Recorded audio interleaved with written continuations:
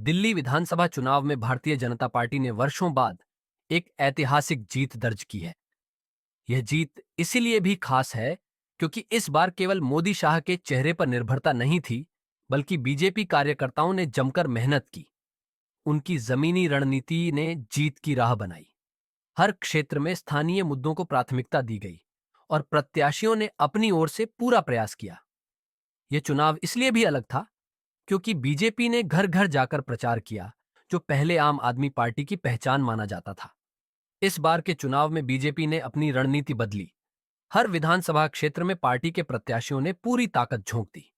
टप्पड़गंज से मनोज नेगी और बहुत सारे विधानसभा से स्थानीय नेताओं ने जोरदार मेहनत की। ऐसा लग रहा था जैसे यह विधानसभा चुनाव नहीं, बल्कि गांव के मुखिया का चुनाव हो। प्रत्याशी घर घर जाकर जनता से मिल रहे थे और उनकी समस्याएं सुन रहे थे। दूसरी ओर आम आदमी पार्टी ने इस बार केवल अरविंद केजरीवाल के चेहरे पर चुनाव लड़ा। जहां कुछ पुराने तरीके से काम करने वाले उम्मीदवार जैसे गोपाल राय ने जीत हासिल की, वहीं पार्टी के बाकी उम्मीदवारों का प्रदर्शन निराशाजनक रहा। जनता को केजरीवाल से नाराजगी इसलिए भी हुई क्योंकि दिल्ली दंगों के दौरान उनकी चुप्पी ने लोगों को निराश किया। राजनीति में जनता का विश्वास सबसे महत्वपूर्ण होता है। जब केजरीवाल के पास सत्ता नहीं थी, तब भी जनता ने उनका साथ दिया था, लेकिन इस बार मुख्यमंत्री रहते हुए उनकी चुप्पी ने लोगों का विश्वास तोड़ दिया। लोगों का कहना था कि मान लिया केजरीवाल के पास पुलिस नहीं थी, लेकिन क्या शांति की अपील करने के लिए भी पुलिस की जरूरत होती है? मुख्यमंत्री होते हुए भी इस संवेदनहीनता ने उनकी छवि को गहरा आघात पहुंचाया। जनता यह नहीं भूल सकती कि जो नेता कभी उनकी आवाज बनता था, वह अब उनके संकट में खामोश क्यों हो गया। संवेदनशीलता राजनीति का सबसे बड़ा आधार होती है। जनता बिजली पानी जैसी सुविधाओं को सराहती है, लेकिन स्वाभिमान उससे भी ऊपर होता है। जिस तरह से केजरीवाल ने अपनी पार्टी की नेता आतिशी को टेम्पररी मुख्यमंत्री कहकर संबोधित किया, वह उनके घमंड को दर्शाता है। जनता घमंड को कभी बर्दाश्त नहीं करती। कांग्रेस समर्थकों की नाराजगी भी केजरीवाल की हार का कारण बनी। कांग्रेस के खिलाफ अमर्यादित भाषा का प्रयोग करने से वे भी कहने लगे कि कोई भी जीते, बस केजरीवाल नहीं। ये संवेदनहीनता केवल दिल्ली तक सीमित नहीं है। बिहार के मुख्यमंत्री नीतीश कुमार भी इसी राह पर चलते नजर आ रहे हैं। उन्होंने महिलाओं के सशक्तिकरण के लिए कई अच्छे काम किए हैं, लेकिन हाल ही में बीपीएससी आंदोलन में एक लड़की पर पुलिस की बर्बरता और उस पर उनकी चुप्पी ने जनता को नाराज कर दिया।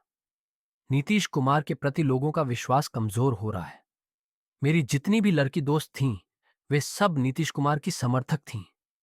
वे मजाक में कहती थीं कि नीतीश चचा का योगदान है कि हम यहां तक पहुंचे हैं। लेकिन हाल के घटनाक्रम ने उनका नजरिया बदल दिया है।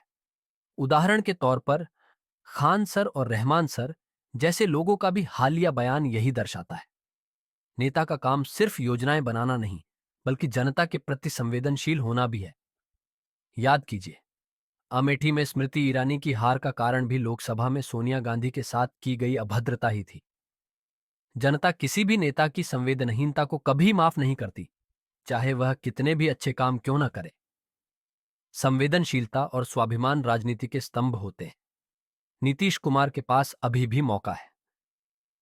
अगर वे बीपीएससी परीक्षा को फिर से कराने का फैसला लेते हैं, तो शायद जनता का विश्वास वापस पा सकते हैं, वरना आगामी विधानसभा चुनाव उनके लिए कठिन हो जाएंगे।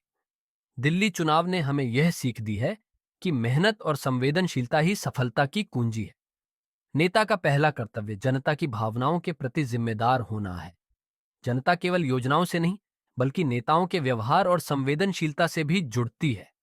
इसलिए हर राजनीतिक दल को यह बात याद रखनी चाहिए कि जनता के दिलों में जगह बनाने के लिए संवेदनशीलता और स्वाभिमान का होना जरूरी है। यही सच्ची राजनीति का आधार है।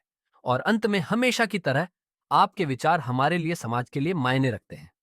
अगर आपको किसी पे टॉपिक पे एक आम इंसान की तरह एनालाइज करवाना हो तो नीचे कमेंट करें और चैनल सब्सक्राइब करें, क्योंकि इतनी भीड़ है कि खोने का डर बना रहता है।